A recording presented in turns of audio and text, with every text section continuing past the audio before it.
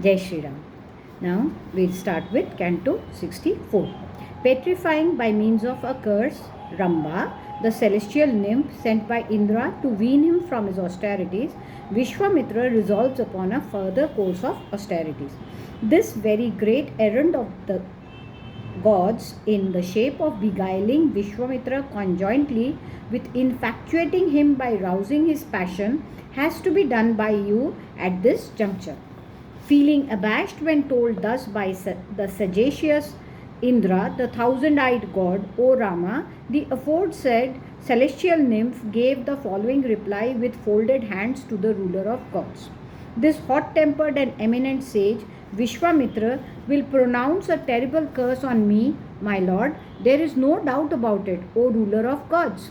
Since great fear on this score lurks in my mind, be pleased to take pity on me and excuse me, my lord. Requested thus with a full mind full of fear by the frightened nymph on that occasion, O Ram, Indra, the thousand-eyed god, spoke as follows to her, who stood trembling before him with folded hands. Do not be afraid, Ramba. May all be well with you. Please do my bidding. Accompanied by the god of love, I too shall remain by your side in the form of a cuckoo, that captivates the heart by its enthralling notes in the vernal season when the trees assume a delightful appearance with their green foliage and fragrant blossoms. Wearing an exceedingly smart appearance full of manifold charms, do divert the mind of the celebrated sage Vishwamitra, son of Kushika, who is given to austerities, O good lady.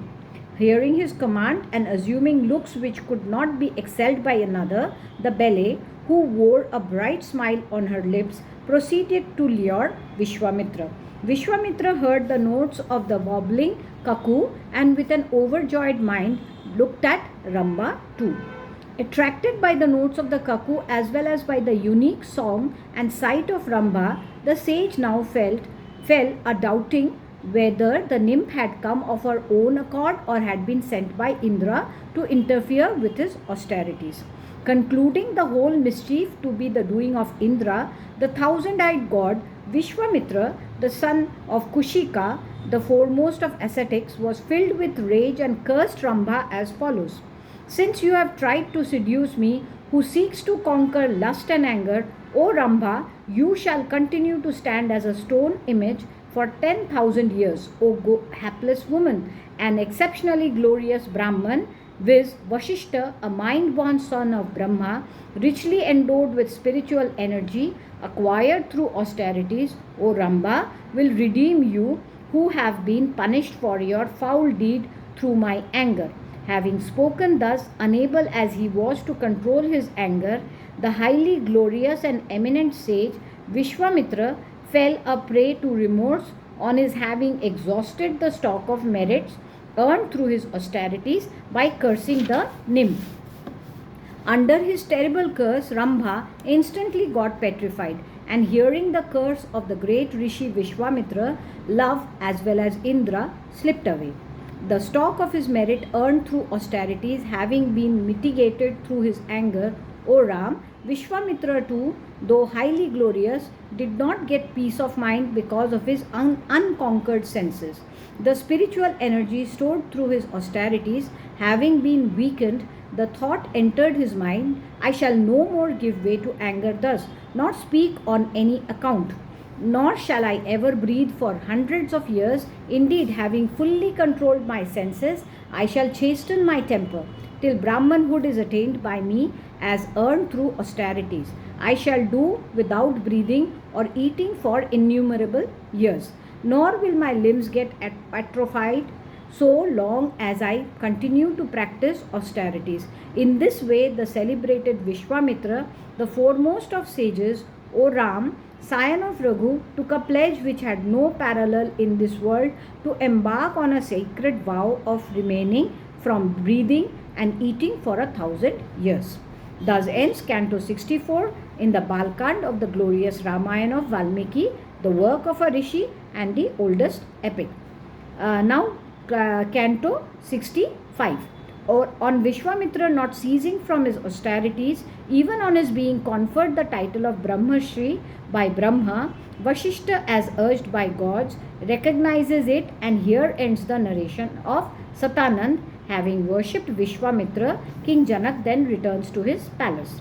Leaving the northern quarter in which stand the Himalayas, Vishwamitra, the eminent sage, now sought the eastern quarter and began to practice most severe austerities again. Undertaking the supreme vow of rigid silence extending over a period of 1000 years, O Ram, he embarked on a course of austerities which was most difficult to prosecute and had no parallel. Even at the end of full 1000 years, anger did not overpower the great sage, who remained stiff as wood, not even making any signs or gestures, even though he was in the meantime buffeted by many obstacles, for he had embarked on this course of austerities after making an unalterable resolution. O Ram, on his vow of prosecuting the austerities for 1000 years being completed, Vishwamitra, who had taken that great vow, proceeded to take his food. Appearing at the nick of time in the guise of a Brahman, O scion of Raghu, Indra begged of him the cooked food that had been served before him. Having unhesitatingly given all the cooked food to the Brahman and remaining without food, the whole stock having been exhausted, the great ascetic, possessed as he was of extraordinary power, did not speak a word to the Brahman. Firm as he was in his vow of silence, he became silent once more, even as before, and also suspended his breath. So the tradition goes. Vishwamitra, the foremost of ascetics, did not resume his respiration for another 1000 years. While he kept his respiration suspended, there issued from his head a smoke by which all the three worlds were thrown into confusion and felt heated, as it were. Bewildered by his ascetics and overshadowed by his glory, nay, stricken with agony, all the gods, rishis and gandharvas, as well as the nagas, serpents and ogres, thereupon sought the presence of and prayed to Brahma, the creator, as follows. Though tempted and provoked to anger through many causes, O Lord, the great sage Vishwamitra is rising more and more by virtue of his asceticism. Not even a minute flaw of any description can be seen in him. If, however, that which is keenly sought after by his mind is not granted to him, he is sure to destroy all the three worlds, including the animate and inanimate creation, by the fire of his asceticism. Nay, all the quarters are enveloped in darkness and nothing is clearly visible. All the oceans are turbulent and mountains are being riven. The earth is quaking and the wind is blowing violently at this time. We are at a loss to discover its remedy. O holy sir, like unbelievers, people are giving up their sacred duties with their mind deeply agitated. All the three worlds are puzzled. Nay, the sun stands totally eclipsed by the glory of that great Rishi, the great sage Vishwamitra, who is fire personified, endowed as he is with unique splendor. O venerable sir, deserves to be propitiated before he sets his mind on wholesale destruction, even as all the three worlds were consumed by the fire of universal destruction in the past. At the time of universal dissolution, they may likewise be burnt by him. Therefore, let that very boon be vouchsafed to him on which his mind is set, even if he seeks to rule over the gods. Thereupon, all the hosts of gods, with Brahma, the progenitor of the entire creation, at their head, called on and addressed the following sweet words to the high-souled Vishwamitra. Hail to you, O Brahman Rishi! We are highly pleased with your asceticism. You have attained Brahmanhood by virtue of your severe austerities, O son of Kushika. Accompanied by hosts of God, O holy Brahman, I further confer longevity on you. Enjoy blessedness and deport accordingly to your pleasure. May good betide you. Pleased to hear the benediction of Brahma and offering salutation to all the gods, The great sage Vishwamitra said, if Brahmanhood as well as long life has been secured by me, let the mystic symbol Om, the key to self-knowledge, the sacred word Vasat, which is used after the name of the deity to whom an oblation is made at a sacrifice, while pouring an oblation into the sacrificial fire, and the Vedas which furnish us with details of self-knowledge as well as of ritual acts, seek me of their own accord. Let Vashishta, a mind-born son of Brahma, the creator, the foremost among the masters of the science of archery, etc., the sciences mastered by Kshatriyas as well as those mastered by the Brahmans, viz. The four Vedas, including the Upanishads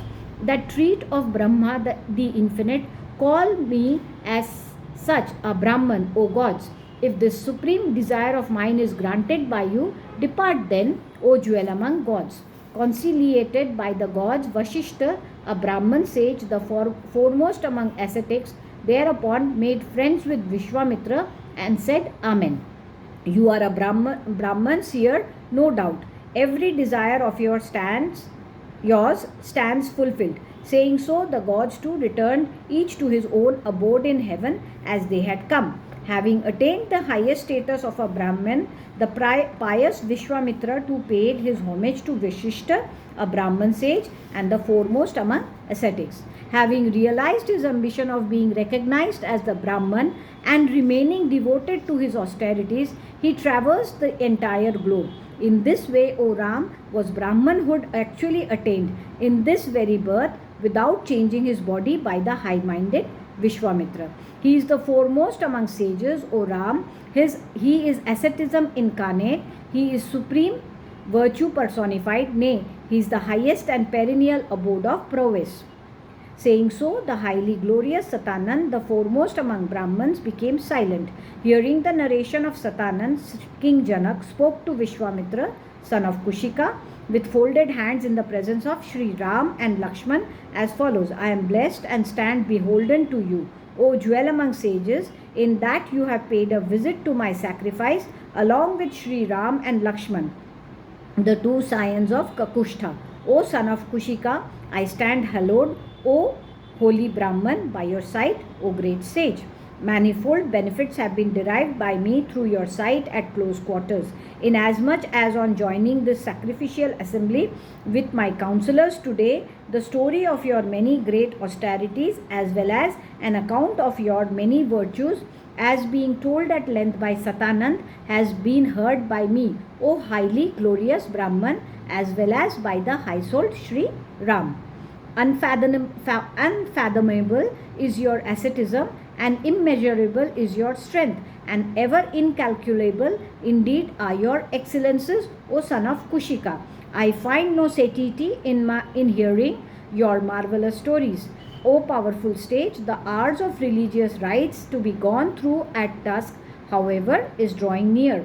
The sun is setting, O jewel among sages. Tomorrow morning, O highly glorious sage, be pleased to meet me again. Welcome is your advent to my capital, O jewel among ascetics.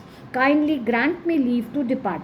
Vishwamitra, the foremost of sages, felt delighted in his mind on that occasion when addressed in these words. Extolling Janak, who was all loved, he soon allowed that jewel among men to go. Having addressed Vishwamitra, the foremost of sages, as aforesaid, King Janak of the Videha dynasty, the ruler of Mithila, along with his family, priest and relations, quickly went round him clockwise and departed.